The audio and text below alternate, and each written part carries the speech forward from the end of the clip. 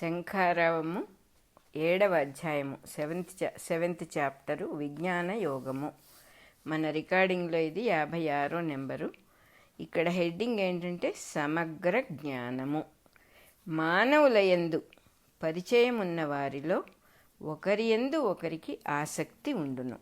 కొందరు తమకు ఉపయోగించువారని, కొందరు తమకు పనులు చేసి పెట్టుచున్నారని, మరికొందరు తమ ఆర్జనకు కారణమగుచున్నారని వారి యందు ఆసక్తి కలుగును. అట్లే కొందరు తమకు ఉపయోగించుటలేదనియు, కొందరు తమతో ఎక్కువ కాలము మాట్లాడుటలేదనియు, తమతోనేగాక కొందరు ఇతరులతో సినిమాలకు కూడా పోవుచున్నారనియు, కొందరు తమ ఇంటికే కాక ఇతరుల ఇండ్లకు కూడా భోజనములకు పోవుచున్నారని కోపము, చిరాకు, ఈర్ష్య, ద్వేషము మున్నగునవి కలుగుచుండును.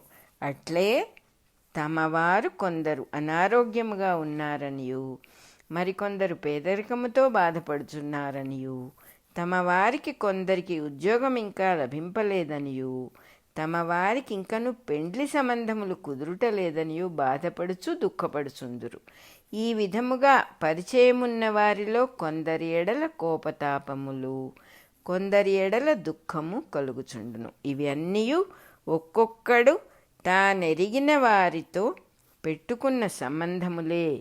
ఈ సంబంధముల వలన మనస్సు ఒక తీరున నడవక ఇన్ని విధములుగా మారుచుండును.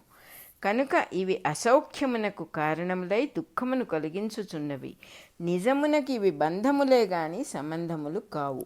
మనస్సులోనే ఇవి అన్నీయు ఏర్పడుచున్నవి. ఇటుకల నడుమ సిమెంటు సున్నము వలె వ్యక్తుల నడుమ మనస్సు పనిచేయును. ఇట్లు మనస్సుతో అంటించుకొనుటనే సంగము, శక్తి, ఆసక్తి అందురు.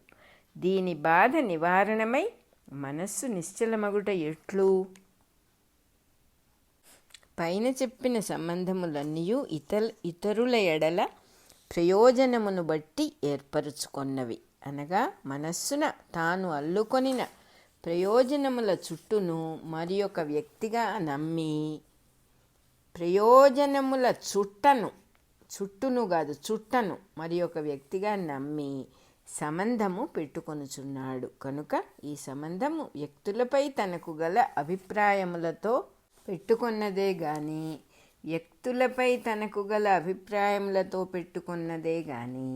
వ్యక్తులతో పెట్టుకున్న సంబంధము కాదు. వ్యక్తులకు అనేక గుణములు వర్తించుచుండును.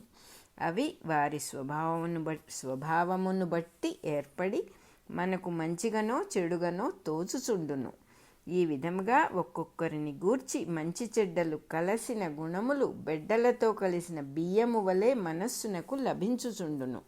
వీనితో బాధపడువారందరూ ఇతరుల గుణములతో తమ మనస్సునకు సంబంధమేర్పరచి ఇతరులతో సంబంధములు ఏర్పడినట్లు భ్రాంతిపడుచున్నారు. చారు కాచుచుండగా ఉప్పు, చింతపండు, జీలకర్ర, ఇంగువ ఒకదానిపై ఒకటి పనిచేయుచు చివరికి అవి నీటిపై ప్రభావము చూపినట్లు భ్రాంతి కొల్పును. ఆ భ్రాంతితో చారు రుచిగా ఉన్నదని మనము నీటిని తాగుచుందుము. అట్లే ఒకని గుణములు మరి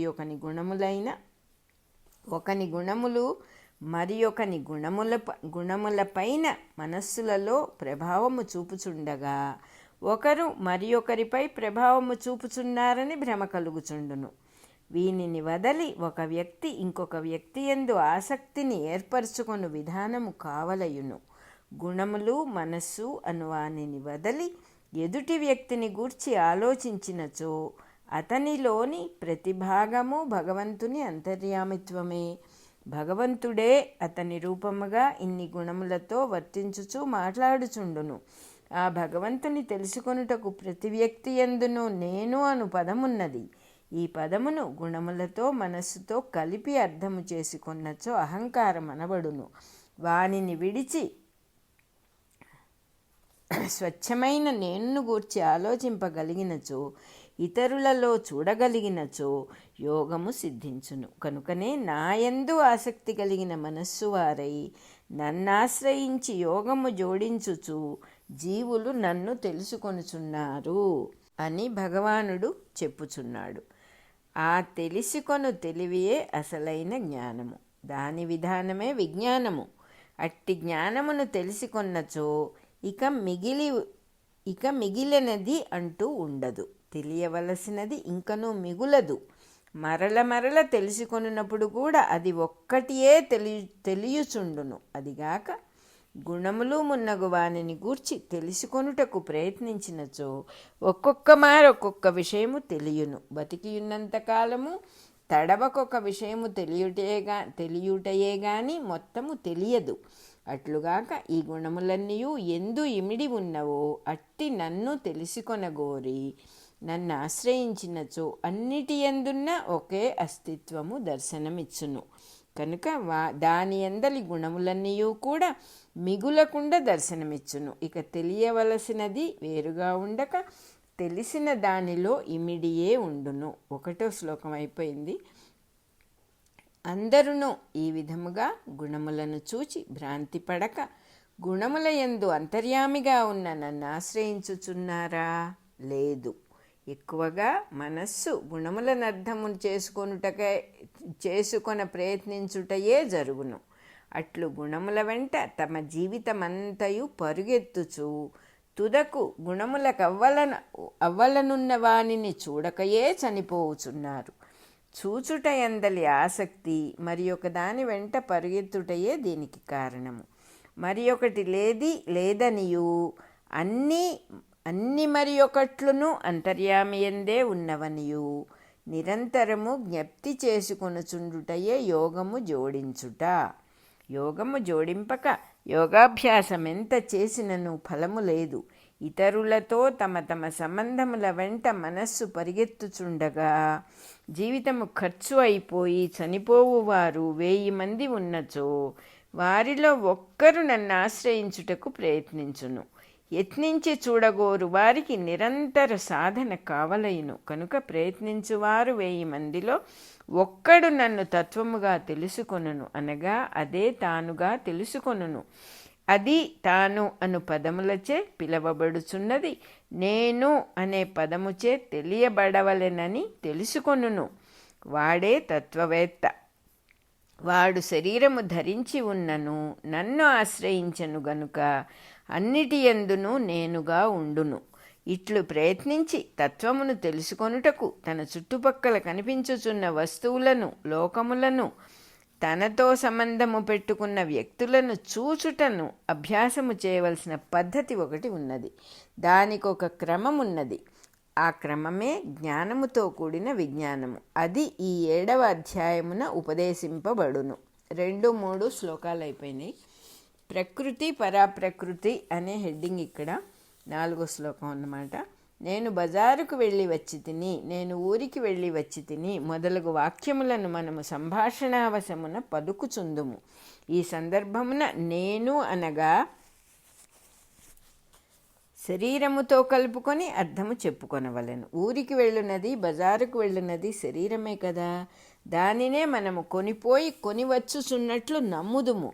శరీరము కాక నేనని చెప్పబడువాడు వేరుగా ఉండునా? శరీరమంతయు నేనుతో నిండి ఉండునా? శరీరమే నేనను పదమునకు అర్థమా? ఈ 3 ప్రశ్నలను విడదీయగల తెలివియే అసలైన జ్ఞానము. అందలి నేనును గుర్తించు తెలివియే జ్ఞానము. ఇందు నేను శరీరము కాదని తెలియచునే ఉండును, కనుకనే నా శరీరమని వ్యవహరింతుము. ఇందలి సత్యమేమనగా నేను అను వెలుగే అనేక స్థితి భేదములుగా దిగివచ్చి దేహాదులుగా నివసించుచున్నది. ఈ స్థితి భేదములనే భూతములు అందురు. నీరు మంచుగడ్డగా ప్రవర్తించున్నట్లు నేనను అంతర్యామి భూతముల యందు ప్రవర్తించును. శరీరమున గల చర్మము, గోళ్ళు, దంతములు, ఎముకలు, జుట్టు మున్నగు ఘన పదార్థములన్నీ భూమిలోని ఖనిజములచే చేయబడినవి. ఈ ఘన పదార్థమునే పృథివీ లేక భూమి అందురు. అదిగాక మన దేహమునను భూమిపైనను జలమున్నది. మన దేహమందును సూర్యరశ్మియందును నిప్పునందును వేడిమి ఉన్నది. దానినే అగ్ని అందురు. మన శ్వాసయందు మన చుట్టూను గాలి ఉన్నది. దానినే వాయువు అందురు. మన దేహమందును చుట్టూను చోటున్నది. దానినే ఆకాశము అందురు. ఈ 5 పంచభూతములు అందురు. ఇందలి ప్రతి పరమాణువు కూడా నేను అను వెలుగు నుండియే స్థితిభేదములుగా పేర్కొని పొరలు పొరలుగా వర్తించుచున్నది. వీనితోనే మన భూగోళము చేయబడినది, వీనితోనే మన దేహము కూడా ఏర్పడినది. ఇవి కాక మనలో మనస్సున్నది, దానిని ఉపయోగించు బుద్ధి ఉన్నది. అదే చోటులో కూడా మనస్సు బుద్ధి ఉండి ఉండవలెను. మన దేహమందలి తత్వములను మిగిలిన వానికన్నా వేరుగా గుర్తించుటకు మరి ఒక తెలివి ఉన్నది, దానినే అహంకారము అందురు. దానివలన నేను నాకన్నా మిగిలిన ప్రపంచము అను భేదము ఏర్పడుచున్నది. మన విజ్ఞాన యోగంలో 7th చాప్టర్ అయిన విజ్ఞాన యోగంలో 56 మన రికార్డింగ్ నెంబరు అయిపోయింది.